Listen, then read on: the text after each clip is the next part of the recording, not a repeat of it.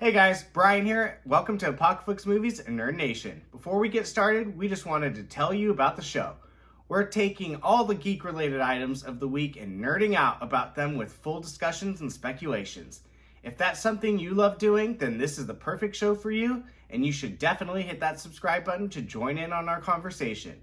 You can also find the show on all podcast platforms like Anchor, Apple, and Spotify if on-the-go listening works better for you. Thanks for watching and enjoy the show.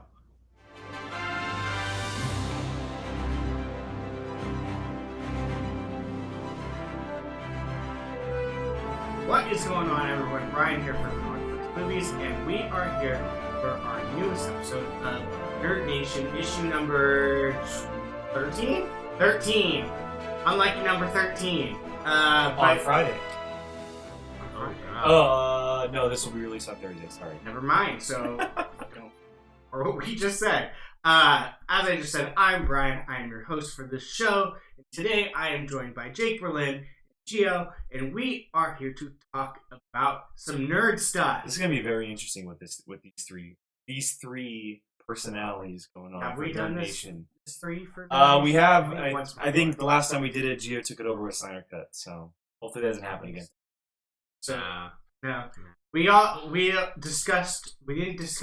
We all announced our topics to each other, so we know what we're talking about today. We've got a little Power Rangers, got a little Marvel Disney Plus shows, and we've got some Mortal Kombat. I wish I could do.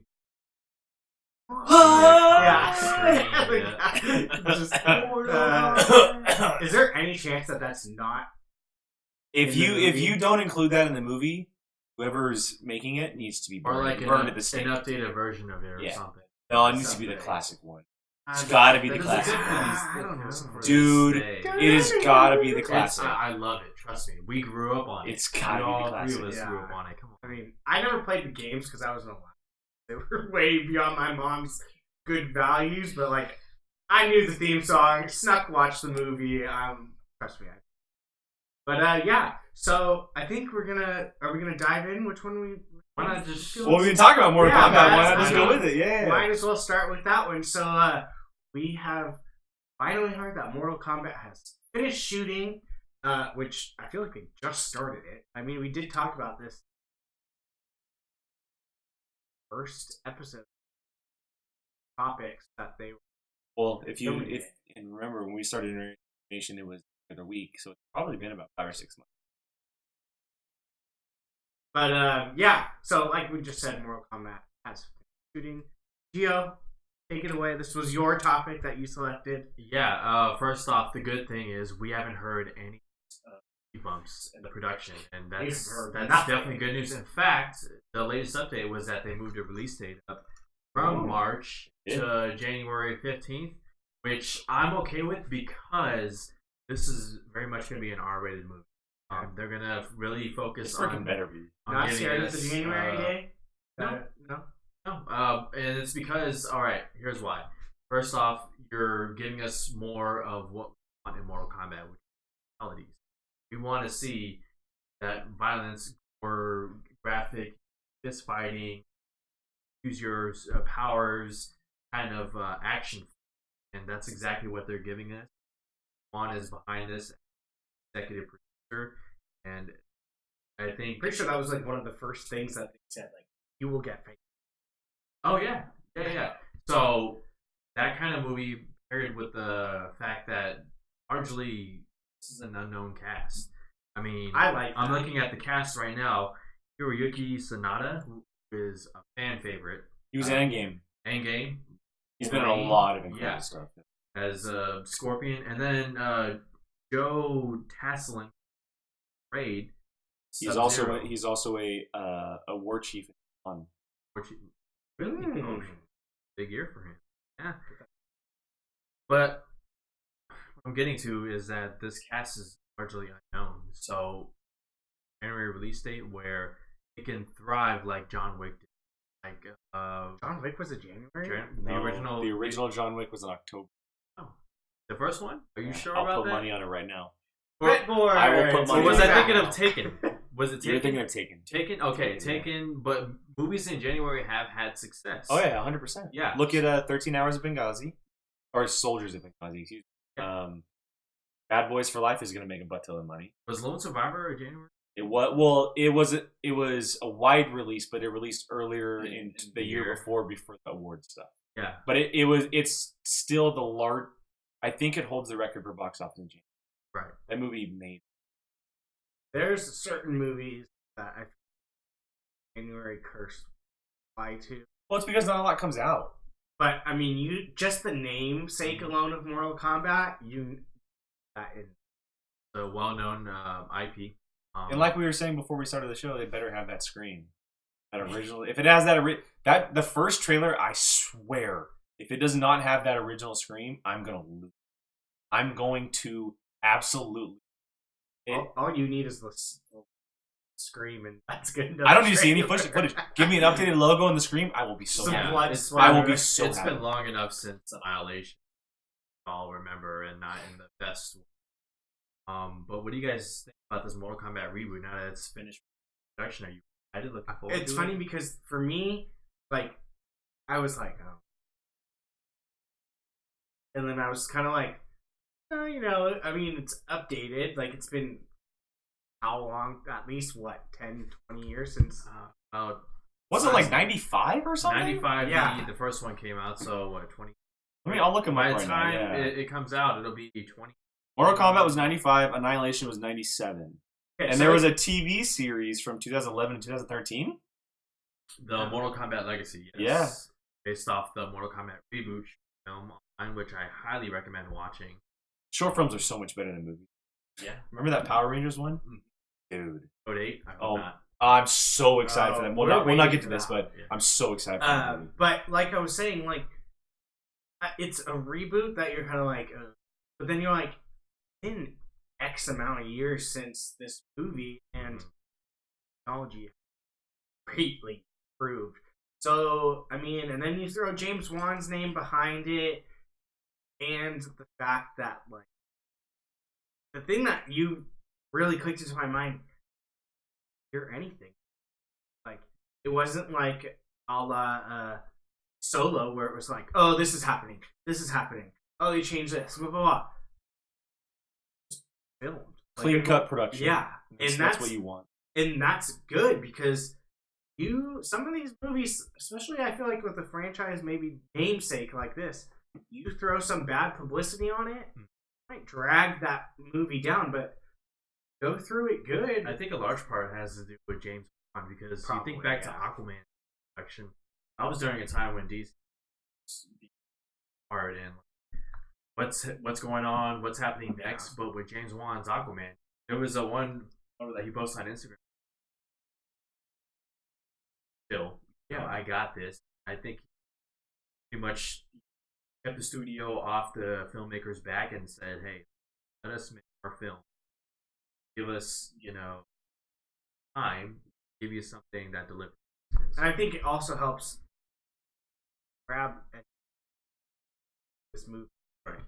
And attach a named actor. Like, I mean, there are names, but I'm not saying. I'm saying you could have easily made Chris Pratt as Johnny Cage. Yeah, something like that. I was going to talk about that when I started talking. Before I get to that, if you guys are seeing all the Star Wars stuff, we just shot our Mandalorian review, and we didn't change anything. We're a little bit lazy here. Yes, Star Wars not included in our Nerd Nation, but it happens. So it's Star Wars week. It's Star Wars week. It is. We'll be seeing it tonight by the time this comes out. Yeah. So that's the first thing I was going to mention about this cast, because you guys were saying how you guys don't recognize anybody except for a couple names. I recognize a lot of people because I watch a lot of TV. A lot of incredible TV actors in there. So what are we throwing? Mehcad Brooks, he was on Supergirl. He played Guardian. He played Jimmy Olsen, an incredibly big role in that show. This last season, they kind of quietly pushed him out onto a different storyline where he doesn't have to be included and stuff, and that probably happened around the timing of this filming. Louis Tan, he starred in the Netflix show Wu Assassins alongside the dude from The Raid. You watched it, didn't you? I watched it. I really enjoyed it for what it was. He's the son of not just an incredibly talented karate / kung fu artist, but a stunt guy in Hollywood. He's been around this stuff Louis Tan was on Collider Live last year promoting Wu Assassins, another film. was talking about like all the stuff he does and how honored he is to be a part of it and everything. But the producer Todd Garner was as well. He was talking about this movie. I started getting like, oh my god, are they actually going to do that? Are they actually going to really be able to like capture what this game is? R rating, saying they're not holding back on stuff. You have James Wan involved. It gives me the hope that this is like really the first good video game that we've ever seen. One that just like isn't true to the source material or that makes a lot of money, but that is successfully critically good, makes good money, and also has like good storyline with good characters. Because a lot of time we get one or the other, right? There's not a lot of combinations. You're either sticking to the game or you're not. And it feels like they're putting together just like this opportunity to make something really good. I also love the small budget take they're giving, right? It's R-rated. You don't need a lot of money for that type of stuff. It's all physical hand-to-hand stuff. You're getting guys who are talented in the art of doing that, and it makes a lot of sense that they're going that. They're not spending money on getting Chris Pratt and giving him the kind of money he does for that type of movie, right? And it also gives these people opportunity to get their name out there. Like Joe Tasman, we mentioned, he was in the Raid stuff, kind of been quiet. He may shine in this movie, right? Yeah. Louis Lin, he was in Power Rangers, which we're going to talk about later. He was in Aquaman. Yeah. This could be a movie where he's like, oh, dude, that guy was amazing in that movie, right? And so the approach they're taking to it really gives me hope. I remember a lot of people. Black Ranger from Power Rangers. Yeah, a lot of people were like, get him in the Mortal Kombat movie. Get him in the Mortal. That was probably the one name I once you said that, it reminded him me. as Yeah. Yeah. I mean, that's Great awesome. casting, And so there's a lot of good casting down the line. Everyone's name is everyone's character is officially announced. Louis Tan's not. He's the only guy who hasn't been announced yet, and I have a feeling he's the lead character. They're saying Johnny Cage. And I have a feeling he's cast as Johnny Cage. Johnny Cage. And it would be absolutely incredible for film and just in general for them to cast a gentleman of Asian descent as a character, Johnny Cage, in this franchise. Mm-hmm. Not just because of what the franchise is, but because of what's been going on with, cultures and races in movies. Plus, the dude is a badass. The dude is a total, if I'm telling you, watch Wu Assassins, just like clips of it, this guy knows what he's doing physically. I'm all on board for it if he's the lead guy. All on board. He also had a heartfelt message. I don't know if you saw it on Instagram. He just very humble guy. So Collider, Roca went to a set visit last week, and they kept it quiet. And he posted a picture, and he did an interview with Stan. He was the only guy to do an interview, so they may reveal his character soon. But people are like very excited for this. Like they're really starting to get pumped up because they look like they're taking it the right approach. I can't wait. Yeah. Oh my god. Okay, I know him from Into the Badlands. Oh, the lead guy. Yeah, that's where he's from. Yes. Yeah. I was like, why does this name sound? You're right. He was the familiar lead to me character so much? in the Badlands. Yeah. He's awesome. He's amazing. He's awesome. Like him, that show is so good, and him in a Mortal Kombat, I could literally see it just strictly from. Well, Into the Badlands, Wu Assassins, and then Mortal. It's like it's been progressions, right? It's just been progressions all the way up. Deadpool 2. Yeah, that's what just popped up. That is right. I forgot about that. Yeah. So he's a name that people probably get familiar with, and I mean, yeah, it's. I like that this movie is kind of moving quietly, moving in the shadows, but like I feel like this is gonna like when it gets close, it's going to punch, and like people are going to get really excited about this movie. So far, everything that you should for a Mortal Kombat movie is done. R-rated, fatalities, no big fight choreography. Yeah, actors that can actually do that stuff instead of just, hey, such and such is attached to Mortal Kombat for the namesake, and Johnny Yen, or yeah, I'm not. I wish you were in this movie, but but it's not a name just to get people to come see the movie. It's going to rely on how good this movie is made. That we didn't hear anything bad is a good sign. It's still a relevant property. People talk about it all the time. Yeah. People talk about it all the time. It's one of those video games that could still go. I mean, they're even how long that that They game added Terminator. Arnold as a Terminator and all these characters. The game Joker, came out yeah. a while ago, and they're still adding characters to it, and the game is still being played and popular. So it's one of those movies that I agree with you could be that video game breaker of chains like type thing. Yeah, I'm excited. I feel like Mortal Kombat we've been wanting and deserve. So yeah, that's our first topic. Next one, do you want to go first, or you want me to go first? I'll go first.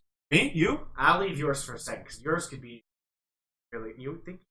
No, we can save mine. I think yours- We'll have to stay on time because we do want to get to our Watchmen That's true. spoiler That is true. discussion. So, but yeah, go ahead. Mine and is pretty short, but my topic is the Disney Plus Marvel stuff is moving at a pace that is.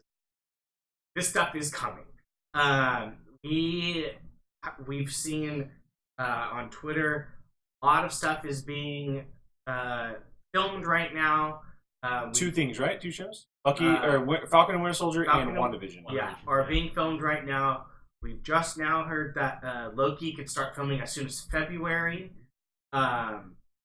This stuff is moving, and we don't know very much about it. And it sounds like Moon Knight, She-Hulk, and Miss Marvel are going to be starting up fairly soon, like next year too. I'm surprised. Scripts are nearly done.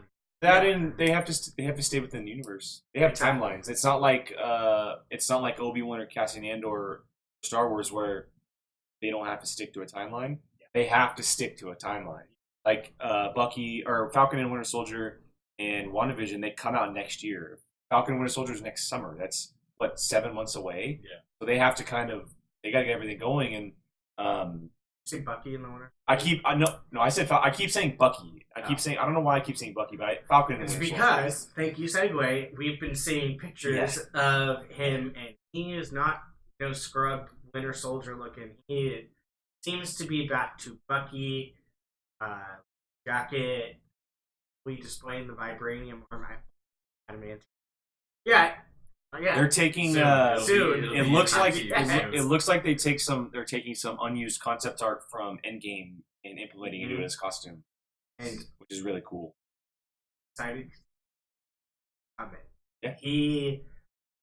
Daniel Brühl is like teasing it. You can tell he. Well, there were set photos today of him in costume. Yeah, exactly. And I mean, You saw the one image with the mask on. Yeah. The mask is officially here. Synonymous to the character, obviously, and we know that he was Zemo in Civil War. He wasn't Baron Zemo. He was Zemo. He wasn't the guy from the comics that we knew. Yep. But Daniel Brühl as that character, I mean, it's a no-brainer. That this guy's one of the most underrated actors in Hollywood. What he did with Inglourious Bastards, and then what he did as Niki Lauda in Rush, right? I mean, just two powerful performances. He did a TV show too that absolutely crushed it. Doesn't do a lot of work, but when he does work, he absolutely blows it out of the park. well, And he was in that space movie. Cloverfield movie? Yeah. Cloverfield Paradox? Yeah. He was in that? Yeah. He's in it. God, One of the first, I pulled that out of my Lifetime head. That Life. movie's just terrible. Just, Yeah. But yeah, no, Falcon He's and the German guy. the Falcon and the Winter Soldier is definitely the one I'm looking forward to the most. I mean, you guys know how I feel about Cap, and I like grounded, gritty, just like almost in a way hard R stuff, and this feels like it's what it's gonna be. Give me guns, give me hand-to-hand combat, just give me the realistic spy stuff, and that's in like espionage and stuff. And if that's what it's gonna be, I'm all in. I'm super pumped for WandaVision because I can't wait for the quirkiness and like the wildness of it. But just the idea of the Falcon and the Winter Soldier being on screen in a post Steve Rogers world is very exciting. Yeah. With the U.S. agent. Oh. And the fact that it's not Cap going up against Zemo, it's Falcon and Winter Soldier going up against him, which because it was always Zemo and Cap, but they've evolved it because the universe. Now we're going to see Anthony Mackie, Sebastian Stan, and Daniel Brühl accompanied by Emily Van Camp and Wyatt Russell. Wow. I'm so excited for his agent. He's going to, I feel like, just. And did you guys see the set photos of his sidekick they brought from the comics? U.S. agents. There's another agent And I'll get his name right now. Hold on. But yeah, no, I mean, while Jake's doing that one, yeah, WandaVision's moving. We know, oh my god, I forgot her name. What was her name? Catherine Hahn. Catherine Hahn's character is Agatha Harkness, the new neighbor comics, and starting to sound like Benedict Cumberbatch could be making. 100%. Yeah, I know. I'm saying like maybe, but he's gonna be, even if it's just like the last episode, just like him coming in at some point. But as in his movie. upstream.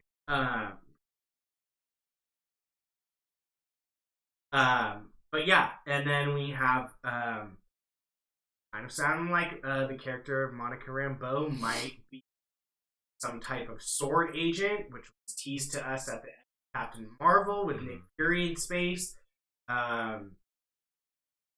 Things are rolling in this universe, and finding out more and more and more as time goes by. Twitter is regurgitating stuff, especially MCU Direct. With I'll give you that one, but yeah, no, I mean the MCU is rolling, and it's going. Saying how a TV show is now basically a sour movie. Yeah. Oh, totally. I wanted to say Bucky. Jesus.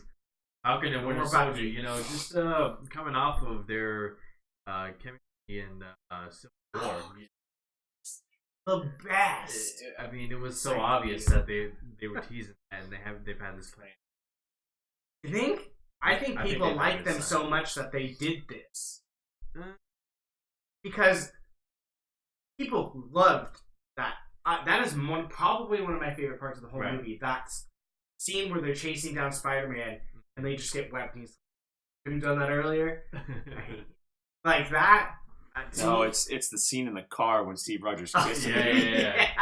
No, or can you move your seat? Yeah. No. Like so it's so good. But and yeah. Also, I just want to see how Mackie fits. He's going kind of. No, he's going to. But I just want to see what kind of character. He's going to be I feel like he's going to be a very real, like, Captain America. Like, you know how Steve Rogers, has his old ways, stuff like that. I don't think he'll be that. I think so too. I agree with you on that. I think he might be a little bit edgy for that Captain America, like, clean cut thing. And I have a feeling that could be what a little bit that U.S. is want. Falcon is can't wait. It's funny though because I say that WandaVision. I'm wondering how. Yeah, I found it. Sorry, I'm sorry to cut you off. No, go ahead. So obviously we know that U.S. Agent is the replacement for Captain America, right? Yeah. By the government. That's the government's choice. Yes, that's what the idea is. But they also in the comic books did a version of Bucky. His name is Lamar Hoskins, aka Battlestar, and there's set photos of him or a character that looks like him, not in suit or anything, but a character that looks like him alongside Wyatt Russell. And so they're thinking that not just U.S. Agent's going to be there, but also Battlestar, basically the replacement for Cap and Winter Soldier and the government's version. Or their version of Cap. Exactly. Haven't they learned by now? I mean, they try to make a copy of Hulk with the Nation. They try to do the Accords and split the Avengers up. Like, here's I'll show this to the camera. The new Captain America and Bucky, and that's essentially what they did. Ooh, okay. Yeah. So and that's U.S. Agent in the suit with Lamar Hoskins. Yeah, we've seen the concept art too for his suit. Exactly. It's taken from another concept art of a past Steve Rogers. Yeah. So I mean, it's gonna be wild. I would love to see some type of Baron Zemo gets kind of like thrown into a Thunderbolts type thing at some point because he does take Thunderbolts lead quite a few times in the comics, but that's going off But yeah, the MCU is a rolling, and let's get to your topic, which I'm actually very excited about. Yeah, Jacob and I talked about this last weekend on Now, but we did it very quickly because we had a lot to talk about, and we took a long time on. We did a spoiler review of Marriage Story, which is very weird. But we did. We just started like just raving about it, but whatever. Yeah, and we had a lot of stuff to talk about. But I'm gonna talk about Power Rangers, and it was revealed late last week on Friday night, right before we went to camera, right after we did the notes, that Paramount is moving forward with another Power Rangers reboot. They're scrapping the 2017 version. They're going forward with a new story. And the Hollywood Reporter broke this article, and they detailed it very, very well in their article, saying that the movie's going to come from Paramount's production company, AllSpark Productions, which takes care of the Transformers, G.I. Joe. If you watch Now, you know that I threw out an idea to Jacob about a G.I. Joe Transformers Power Rangers crossover. You've been saying that for years. We'll talk about that a little later. This is the thing that stood out in the article from the Hollywood Reporter, and it goes as follows. Now in Paramount's court, Power Rangers getting rebooted once more in a way that hopes to return the franchise to its roots. The story is said to involve a time travel element that brings the kids to the 90s, and in Back to the Future fashion, they have to find a way to get back to the present. Patrick Burleigh, who wrote upcoming Peter Rabbit 2, is penning the script. No director is involved at the moment. The director, Jonathan Entwistle, from The End of the Effing World on Netflix, is directing the movie, it's a really good show. Very hard R, violent. It's about a kid who thinks he's a sociopath. Oh. But I want to talk about it because of multiple reasons. One, they're scrapping what happened, right? They're starting anew. But two, this isn't in the hands of Saban anymore. This is in the hands of Paramount, which is a big thing that a lot of people are talking about, because a lot of people blame what happened with the 2017 version to Saban and the ideas behind that movie. Now they can start new, they can do something different, and why I'm excited about it is because it's going to pay homage to what came before, but it's a completely brand new story that's totally different. You are a lover of the time travel. Well, not just the time travel, but I mentioned it on Now. The biggest gripes we have with the Disney remakes, the live-action remakes, is that they're identical movies to their animated versions. Yeah. I want what Moana's doing. Give us the beats of what the animated movie was, but give us something new. That way we have both versions, not just two of the same. Yeah. So you don't want a la Lion King. Exactly, and so I didn't watch Power Rangers growing up. I know of it. It was my life. I know of it, but when I read this, I'm like, wow, like they're keeping what is the core of Power Rangers, but they're doing something completely new, and I'm all about it. Yeah, at first I was like, back to the 90s, and I was like, actually that'd be good. How like back to today, like type thing, while now discovering these like powers, with Megazords and stuff like that. It could kind of work. Like I kind of dig it. Like at first, like I said, I was like, but like the more I thought about it, I was like, it's not that bad, because if they remade the movie typical way, it would just be the same movie over again. Just like a different costumes and Megazords and stuff like that, with maybe just tweaks of different backstory. This is different. This is something we haven't seen. Draw Power Rangers back in. It's the damn Megazords. Like, make them actually. Want to see the. I hated the Megazords probably more than anything in this last movie. Normal looking classic one. Happy Camp. I kind of dig this. 2020 probably about 20s. Probably be a 20. Yeah, so I imagine they're probably going to get going pretty quickly, but there isn't like an. Yeah, so it'll be around 2021, around that time. Them going back 30 years into the 90s, like it work. So when Jacob talked about this, because he's the resident Power Rangers guy. Yeah. He mentioned that there was a story recently where the modern day team, or maybe it was a different version, like the older team. Anyway, it wasn't the original team of like Billy and all those characters. Yeah, all those characters. But this team that we knew, all of them died except for the Pink Ranger. And the Pink Ranger ended up time traveling and ending up with another team, and she had to work with that team to either get back or do what they were doing. And what if like the movie opens up and you see the entire team die, except for one of them, and shoots off to a different team? Like, that could be wild. Like, and that could be very bold too. Very cool. I think it's smart, and like, it doesn't have control. It's very Mortal Kombat. It's very Mortal Kombat-esque in the fact that it's a property that's just waiting to be made on the big screen. And although the film company that made Transformers and G.I. Joe. And that's exactly why I'm a little bit skeptical. Yeah. No, hey, dude, trust me, I get it. But Michael Bay's not involved, and the guy from End of the Effing World seems to be a good filmmaker. So.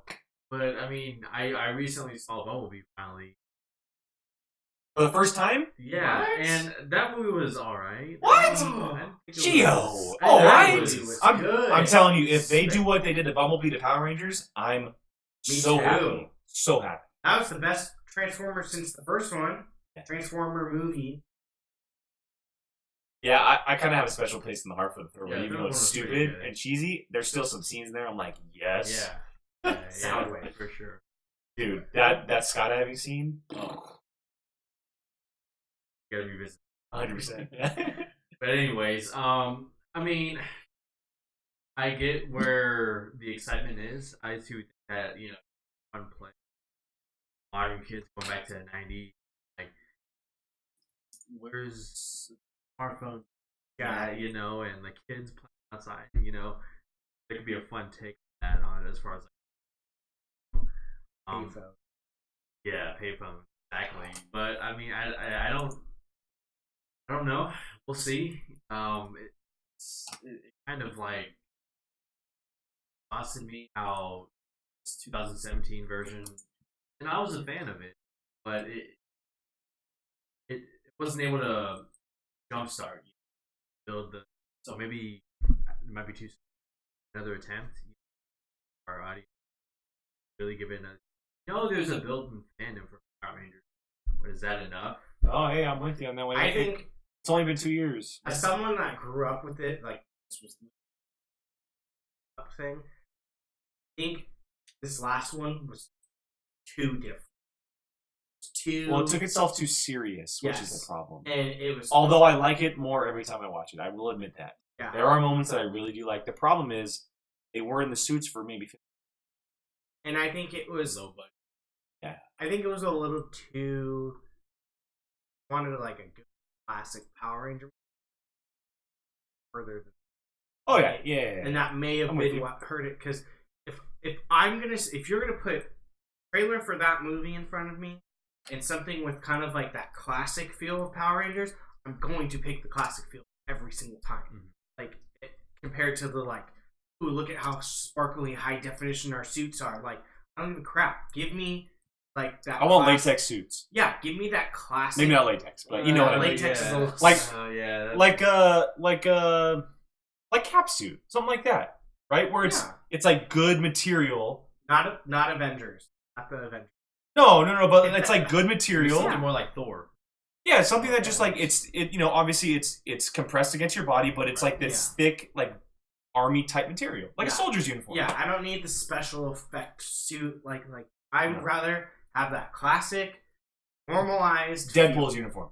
Yeah, something like Deadpool. Perfect. That type of material, but more just Power Rangers. Yeah. So I mean, and I think that's for someone like me that grew up with it. That might have been where they lost me. It was like too spaced and stuff like that. That classic, Iron Man. Yeah, give me that classic feel with like funny type of back in the 90s humor. You have me sold. If it's back in the 90s, it's 100% got to be that latex material. Or 100%. The whatever material they use. I can just see what the hell. Yeah, exactly. Is this? Like exactly. that, like perfect. I would love it. Like so. But yeah, that's our 3 topics. Now we're going to get into what I have been looking forward to for, 9 weeks? Watchmen is... I'm changing my HBO password, by the way. That's fine. It's the only show that I needed to watch. So really. Yeah. That's going to be HBO Max. Whatever. But, yeah, Watchmen is over. We've got 9 weeks worth of show done. Arguably, I will say, is one of the best shows ever. And probably one of the best first seasons of a show, maybe. Only season of the show. Yeah, like, I cannot say enough good things about this show. I have never been so entranced with a TV show every single episode and not taking my eyes off the screen. This show, and it went out with in Bay. Did it? You don't think so? Get to that. To be honest, right now, I don't even know where to start. No, I mean let's talk about overall. Let's talk about overall thoughts, and then obviously the episodes that matter is like the last one. We maybe talk about our favorite episode. Yeah, and that stuff like that. So I mean, going in, look, we were all looking forward. We were looking forward to it, but the trailers. I don't even know if I was looking forward to it. I was just like, well, the trailers we had no idea what was going on. Exactly. It was like just looking at a blank screen to us because it was so like even to people who read the comic books, like you see the footage and like, okay, like what is that? Well, okay, I'm not sure what that is. Like what's going on here? Like that type of stuff, right? But then the first episode happens, and then you see, oh my god, why am I forgetting? Regina King is his character, and then you see Don, what's his name? Oh, Don Johnson? Don Johnson. Yeah. You see Don Johnson as the sheriff, right? And then you see the opening scene is... Nelson? Obviously the opening scene, we get the opening scene, but then we see a black cop pull over a white gentleman, and then it turns out to be a white supremacist as the Rorschach Gang. And a white supremacist shoots a black cop, and there's all these rules about not unloading a gun, and like, wearing masks, and you're like, okay, what is this world? What is going on? You see the squid. Yeah, and then the very last moment of the episode pays homage to the Watchmen of the comedian. You see Don Johnson get hanged. You're like, what? He's supposed to be a main character of the show, and he dies in the first episode. You're instantly hooked. In a heartbeat, you're hooked, and you're just like, okay, where is this going to go? And for the next 8 weeks, we don't know where it's going. Right. We had no idea what was happening. But somehow it all ties. Exactly, and so, we can get into all these details and whatever, but I always go back to the filmmakers of this stuff. I cannot give enough credit to Damon Lindelof. This guy, what he's able to do as a creator, he didn't direct anything. He solely wrote it for television, for these guys to do. But what he was able to do as a writer and a filmmaker is some of the best adaptation material you will see. Period. Because it doesn't just pay great respect to the graphic novel Watchmen or to the comic book genre or anything, but it also plays so heavily in the world we currently live. The themes and the points that it made, and I told someone this the other day, the fact that no matter what it was doing, no matter what character was on screen, what color of the character, what storyline it was telling, it gave no Fs. It gave absolutely no Fs in every aspect. Didn't matter what it was telling. It could have been someone burning at the stake. It could have been the KKK. It could have been the Klan. It could have been anything from the 40s and 50s about blacks living in America or whatever. It gave no Fs at all. And so for a show to be able to do that on this scale, it's unbelievable. And then the biggest reveal in like comic book television history, the fact that Dr. Manhattan was sitting under our fucking noses the entire time. Like, played by not a white person. Yeah, exactly. Which Another, no one saw coming. This show literally gave the middle finger to anyone and everyone. Social justice warriors, political correctness, all that stuff. It literally just said, you know what? Screw it. You're doing exactly what you want to do. And I think I just read something the other day. The director did say, he said, this is what you get when you have a diverse group of people. And he literally, he just went off about how they didn't just stick with the all-white male writers, didn't stick with just male writers, female writers. He said he literally grabbed whoever did a good story and threw them in that writing room. That is exactly what you get when you do something like that. You have different minds thinking of different things that this person can't think of, this person doesn't realize, and then you just get beautifulness that is that show. That show might be one of the best written shows I've ever seen. Period. Just solid throughout the whole entire time. At not one point were you just like, filler episode. Oh, okay, this was. There's one thing that sticks out to me when we talk about writing, because there's a lot of times, right, when you're watching shows or television, waiting for something to, right, you're waiting for a reveal, or like a question is posed, and you're waiting like are we gonna get to this? The Ozymandias stuff always sticks out to me, and a lot of people don't recognize this today. Every time we saw him, every single time we saw him, there was a year gap. And nobody knew until 6, 7, 8, until the last episode when he said, I've been waiting 8 years. That's 8 episodes, right?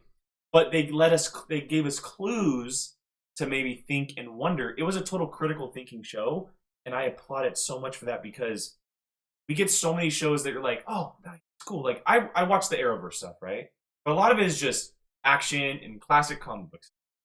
This, you literally, like you said, you can't look at your phone. You can't be reading a book. It can't be a background show. You have to pay attention to every single thing that happens. Every second. The last episode is a great example of that with the egg.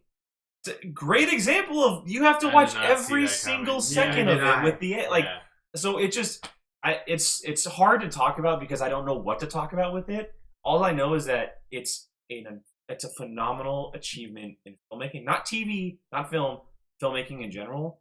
I cannot applaud any more everyone involved. Like, it just, so good. It's funny because I didn't get to see it until this morning. Because I was on vacation. I hadn't watched it. I was like, please not let anything spoil. I able to avoid it for 3 days. I'm so glad nothing spoiled, because this ended so good, and just like actors that are in this. I mean, Jeremy Irons is amazing. Yeah. Everyone, Regina King kicks the most ass I have ever seen. She's so good. If this show doesn't win every award, it wasn't nominated. It wasn't eligible because it was still going. Yeah, it was still going. So it'll be nominated next year. Okay. Well, then next year, this show doesn't win every award next year. Holy cow! It was literally throwing all of the bad stuff happening to Target in your face and saying, "Screw you!" Like, this is what happened. Watch it, and it's amazing. I can't believe it, how good it was. And to me, best analogy for this is, I felt like someone dumped a puzzle on the table with a bunch of different pieces. Slowly by slowly, you're putting this puzzle together. By the end of the season, you were like, holy crap. Now I get it. Because the first 2-3 episodes, you're like, what is going on? Like, this thing is wild. And then at the very end, you're like, oh, holy crap! That's when they met the egg. It did. She's literally spinning an egg, and it's a huge thing. It did. Game of Thrones is known for telling a number of different stories, having a number of different storylines in one story, essentially, right? Going to all these different places. this show did that same exact thing on an extremely expert level. You had the stuff with Angela Abar, right? You had the stuff with Lady True, stuff with Ozymandias, you had the stuff with the white supremacy and Looking Glass. There's 4 storylines right there for you. Yes, you can argue that you can argue that a lot of the episodes were dedicated to each of them throughout, and then they kind of wrapped up towards the end as it kind of got more towards the closing episodes. But it's hard to do that with this type of show, especially coming from a prior source material, paying close attention to what that was and all the time, and making sure you're not pissing off people with what that story is and everything. It amazes me kind of stuff they were able to tell and do in this show. I mean, it's for the last 9 weeks we've been talking about how Jenny King needs to play every part ever. Oh, like 100%. she's just incredible, right? And Yahya Abdul-Mateen II, that guy went from being the coolest stay-at-home husband of all time to the most powerful god in the universe, right? I mean, it's just like his tweet. Yeah, when he's just laughing. The video of him just laughing. Everyone found out who's Dr. Manhattan was the best. 100%. Because literally, no one thought it. And him just laughing was just like, just the icing on the cake. Amazing. Such a good, oh my, bravo, your side. That's really incredible. But, so how'd you guys feel, honestly, about the thing? The show, like the reveal of him and Dr. Manhattan, everything about it was just crazy, and the white supremacist Rorschach mask and turning his truth to something else for their benefit, a very real relation modern media twisting. I guess if I was forced to say something I would have wanted more of the show, it is the Rorschach mask. Because it was so heavily in like the first 2 episodes. Yeah. And then it kind of disappeared for a while, right? And obviously it came back in a huge way. And again, this is spoilers. I mean, they were essentially behind Dr. Manhattan stuff, the governor or senator or whatever. I wouldn't even say they were behind it. Lady True kind of yes, but they were involved in it. Oh, it was kind of like a package deal on opposite sides in a way. And so I guess if I had a gun in my head and I was forced to do something, that was probably the one thing I wish I would have wanted more of. But I understand why, because Angela Abar's story was much more important. Ozymandias' story was much more important. Lady True's story was much more important. Her grandpa, the nostalgia episode? Yes. The nostalgia episode was incredible when she goes back in those days. And, I love the way that it wasn't just him the entire time, where you see a camera of him, but then you go to the next character and then you pan back over and it's her. Like, the way they used the camera in this series is incredible. That whole flashback. And I'm so glad that they were just like they were brave with it. They weren't afraid to show things and do it all in black and white, and the homosexual stuff obviously like plays a huge part in our world today. Like everything, like it's incredible. It really is, like the things they do with it, and it all paid off in the end. It really did. It all paid off. It's amazing because even the smallest little thing, a name, something. He's something huge. The detail is incredible. Like, it's amazing. Like, the thought that I had one complaint. I didn't find out anything about Lube Man. That was probably one of the coolest scenes. What the hell happened to him? I'm sorry. As dorky as it sounds, that scene, I love how he just goes straight in. Right. If I don't find out who that is next season, if they ever do a next season, I think it's just a one and done. I want it to just be one. I don't want a second season because it was so great, and I think that it was a complete story. I don't think you need a second season.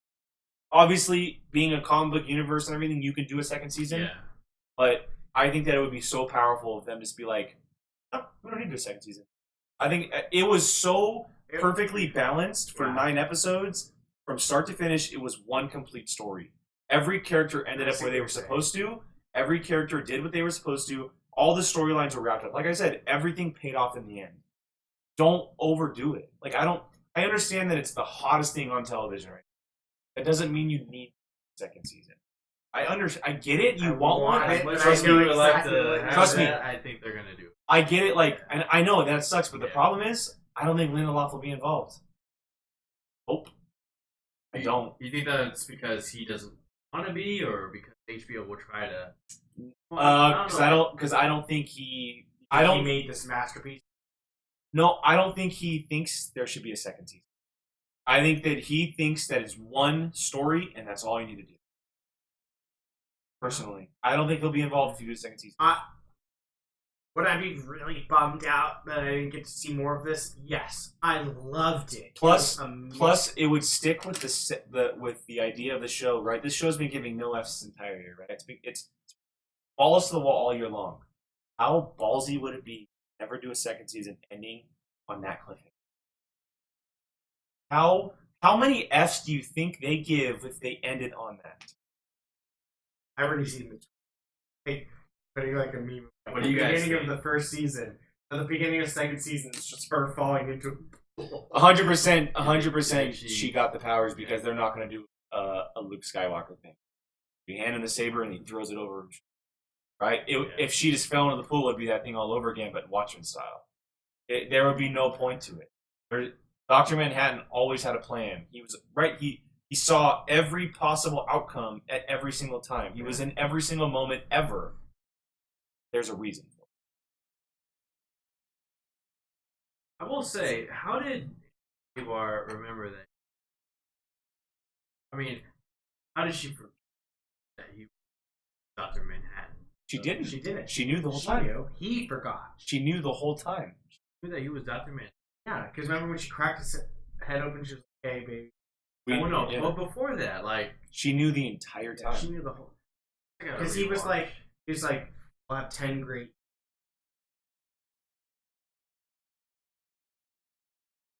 They lived their life together. She knew the entire time that he was Dr. Manhattan and that he put himself away to be together, right? And then at the moment of need, whether it was because she remembered it was 10 years or not, but in the moment of need, she said, "I'm cracking the skull open, but baby, I need you. We're in trouble." Why didn't she do that after the? Because it wasn't necessary. Remember, in the 9th episode, when we see that scene again, when it opens the scene or the episode, she says they know who you are. That's the moment she realizes, okay, I need you. It's like if they figured out that Dr. Manhattan wasn't on Mars as well. If it came down to the fact that he was involved in some capacity, that's when she knew she had to wake him up. She could figure out everything else: white supremacy, Don Johnson being hanged, the grandfather stuff, Lady True. She could figure that stuff out. But when it came down to them knowing who he was, she had to wake up. I just think back to when Lady True was asked, like, "You haven't asked me who Dr. Manhattan was." Because she knew. Oh no, the puzzled look on her face made me. Puzzled look was holy crap. Yeah. I'll have to go back and rewatch it. I mean, because that was always a hole. Because remember, she said, she goes, he's not on Mars or Europa. He's on Earth, and he's been on Earth. And she goes, in her head, she's like, "Oh, F." Why isn't that surprising? And then, because she didn't ask, Lady True and Lady True's thinking, he knows, and that's when she figures out that it's her husband. Again, remember how I mentioned it's a critical thinker, and they're not telling you; they're making you think about it. They're making you. Oh, yeah. I'll tell you, it was so satisfying to watch Ozzy and this kill that guy with the mask on. He was starting to. He's been annoying me the whole time. But Alias was just another one of his. He was just. Was I a good villain or whatever it was? I love that. It again gives no F's. Gives no F's. You were like put on a hell. Yeah, that's what he said. God, I'm gonna. I agree with you. Absolutely love to see more. Yes, but it needs to be that level of amazingness. If it did end like that,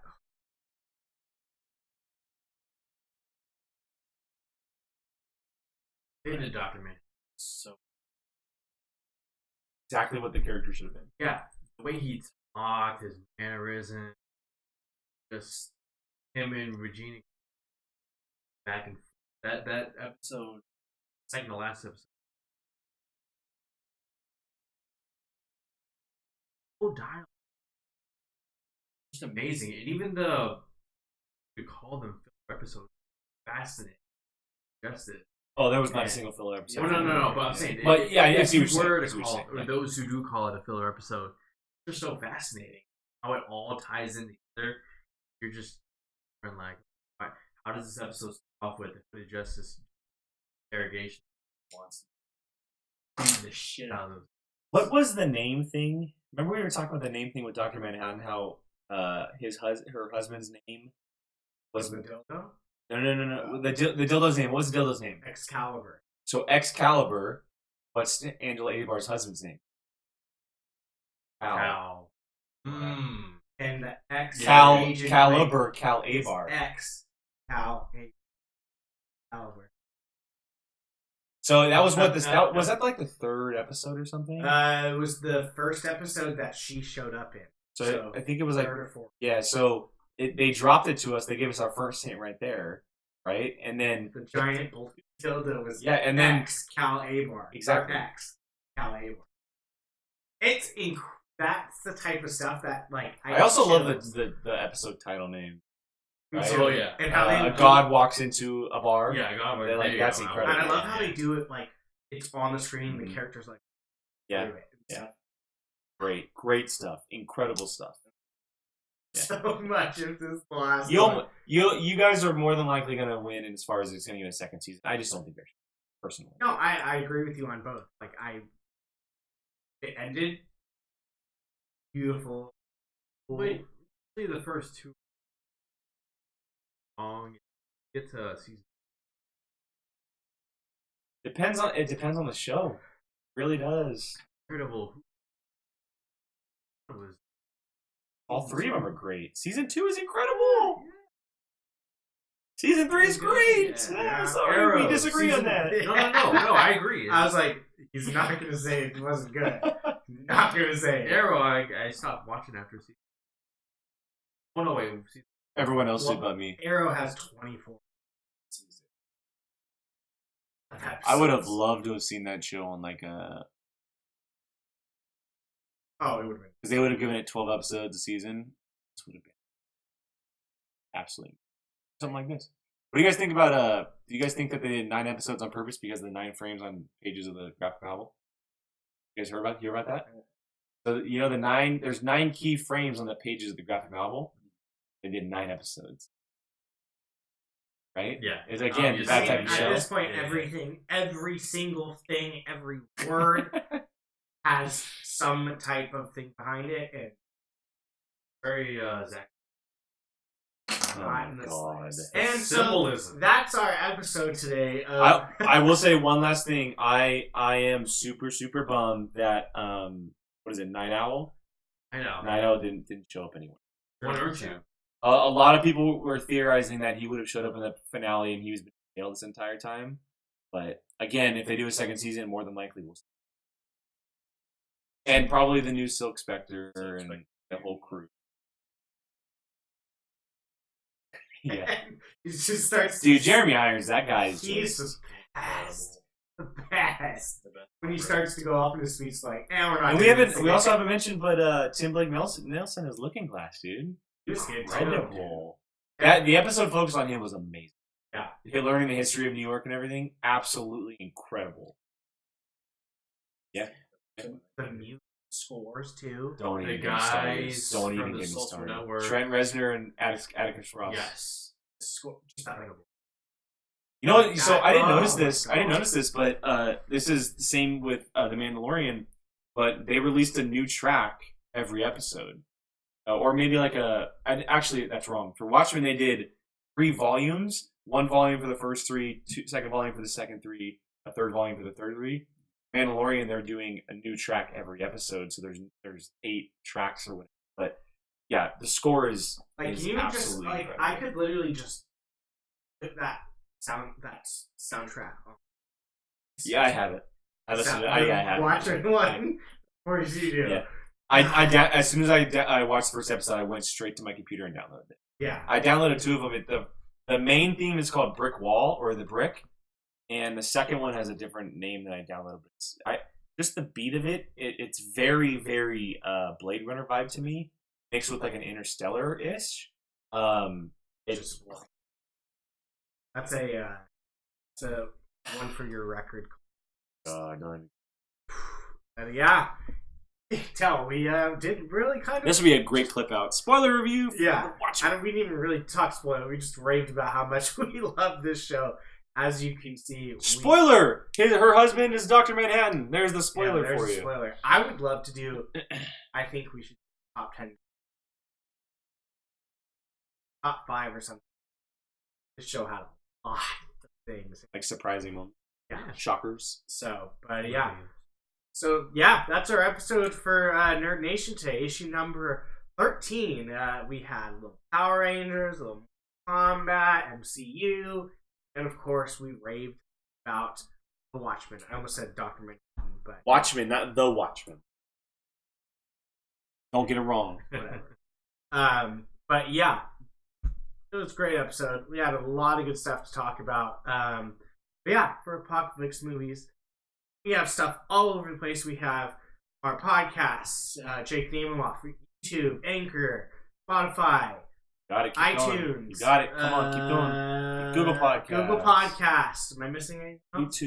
YouTube. No, I mean, yeah, we're everywhere, guys. We're trying to grow and we're putting ourselves out there. And the thing that a lot of people don't know, even if you're listening to us, downloading puts us up the charts more. If you like it and comment, that puts more, because it adds traffic to the podcast or the video. That really, really helps. We mentioned a lot of our stuff in 2020 is going to be going live, which we're very excited about. And clicking that bell on YouTube will allow you to know when we go live. Notification. It'll go right to your phone. It's not very annoying. It just pops up. You put it away if you don't want it. But it allows you to know if we go live on our shows and whatnot right away. Because right now our Mandalorian reviews are live. Doing Apocalypse Now on the weekend live. But it'll just allow you guys to let us know. And again, it adds traffic and it makes sure people know about us. And you can chime in while we're watching. Give us a new little segue topic. Exactly, and get your voice heard. I'll plug this as well. The Rise of Skywalker comes out this weekend. Look out for all of our content with that. Nerd Nation is every week now. Padawan is every week now. Apocalypse Now is every week now. We're giving you guys much more content on the weekly basis, which we're very excited about. And we always love the comments and the suggestions as well. If you guys want us to talk about something, let us know. It's that easy. You see them up here. Right, you can find us over here. You can find us in social media. I think it's on this side. This side, there we go. All our social media stuff. You can find us anywhere. You can find our personal social medias. And so, just join us, and we're happy to have you guys. Yeah. So for Apocalypse Movies and the Nerd Nation crew, I'm Brian. That is Jake. This is Gio. Thanks for watching, and we'll see you guys next time. Hey everyone, Jacob Bartley here. Thanks for watching. If you want to check out something similar from Apocalypse Movies, click this video up here. You want something a little bit different? Check out this video down here. If you haven't done so, please subscribe to Apocalypse Movies and let us know your thoughts in the comments section. We always love to hear from you. Thanks for watching.